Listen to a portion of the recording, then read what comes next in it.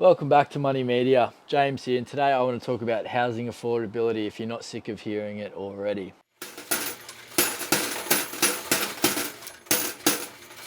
I wanted to discuss briefly a bit of a solution around housing affordability. Before I go into this, I want to caveat by saying that what we have at the moment in Australia is an undersupply. So making housing more affordable would increase the demand, right? But our issue is not housing affordability. Well, that is an issue, but it's a symptom. The actual root cause or disease is the fact that we don't have enough housing. So because of that, the value of the houses goes up, which means people can't afford them. So we don't have a housing affordability issue in Australia. We have a lack of supply.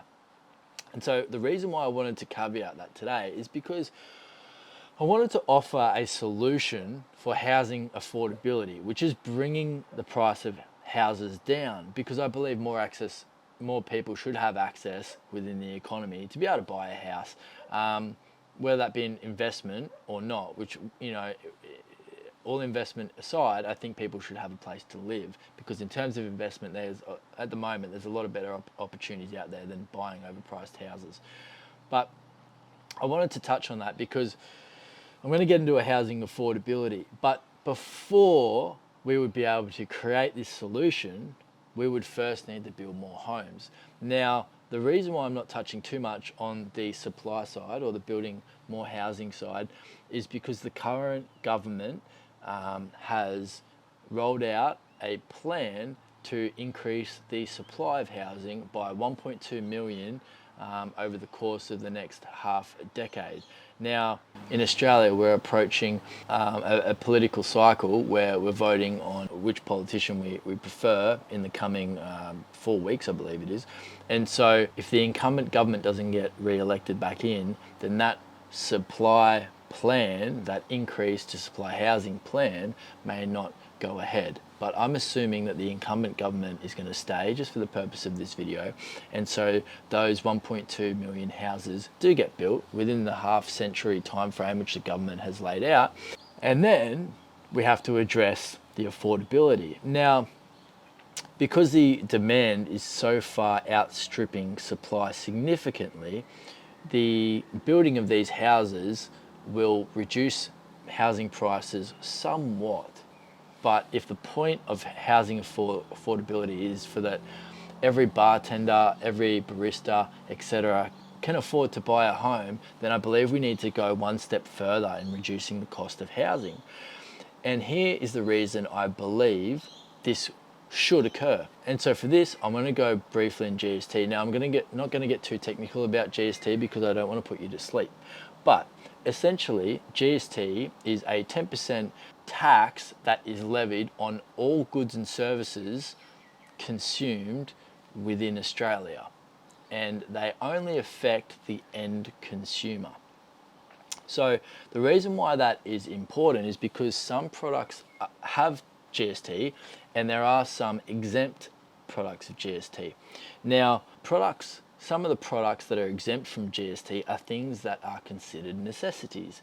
So you could think of things like water, you could things like some fruit and vegetables, things that have no real value added to them throughout the production process. So you might get apple snacks full of preservatives and sugars which accrue GST, because what's happened is the manufacturer has taken that apple and then created a bunch of stuff around it, added a bunch of stuff around it to add some more value. And so they have to pay GST on that value added, and then so does the end consumer. The reason why that is important and how it relates to property is because if there's a home that was built 10 years ago and I've owned it this whole period and now I want to sell it, then the sale on that home doesn't attract GST. There's no GST accrued. So if I sell it for $500,000, then I get that full $500,000 once I sell it. However, on a home that is newly built, it attracts GST.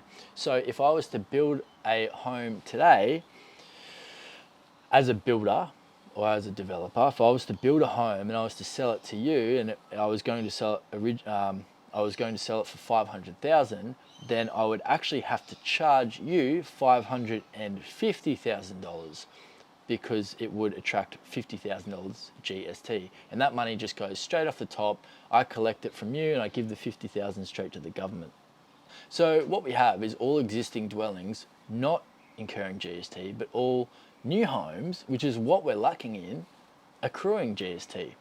So that's essentially slowing down demand, which is kind of a good thing given our current period. But once the government starts to increase the supply, what we need to do is also increase the demand. And how do we do that? Is to make housing more affordable.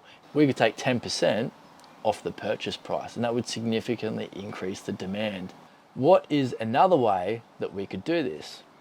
And surprise, surprise, it comes in the form of taxation.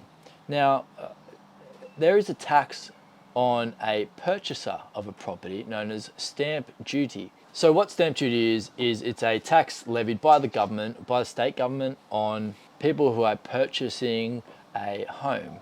And so as the name suggests, it is literally a tax on a stamp that they put on some of the documents, which actually doesn't exist anymore. Historically, it used to get stamped, and there used to be a bit of an administrative process to it, hence the name stamp duty. But there really is no need for this tax anymore, and the tax is quite significant. It can be easily around $20,000 or $30,000, depending on the value of the house. So if you were to reduce that, what you would find is that you would have, as a purchaser of a home, you would have 20 to 30% more capital to purchase a home, which increases your borrowing capacity significantly. But you may be asking, well, if there was a tax removed, $20,000 or $30,000, wouldn't the market naturally charge that amount, bake it into the price of housing? Well, that's a pretty rational assumption, but the reason why it wouldn't is because, giving natural market forces, all builders would be competing against one another. Because that's what happens in a market, is businesses compete against other businesses to offer a sharper price. And so the market would not be able to price that in, because it would come off straight away, because there would be builders who would be willing to sell the house minus that amount that was recovered of the tax not having to be paid. And that's why I believe reducing taxation when it comes to housing, both on the supply and the labour, would significantly contribute to those trying to get into the property market and trying to buy a house. I hope all that makes sense. If you've got any comments or feedback, please leave them in the comment section below. And as you know, Money Media is always offering time-sensitive and critical information, given how fast the economy is moving. And so to keep up with our content, you need to subscribe, and that way YouTube will let you know every time we update and upload some more content for you to watch. I'll see you on the next video. Thanks for sticking around.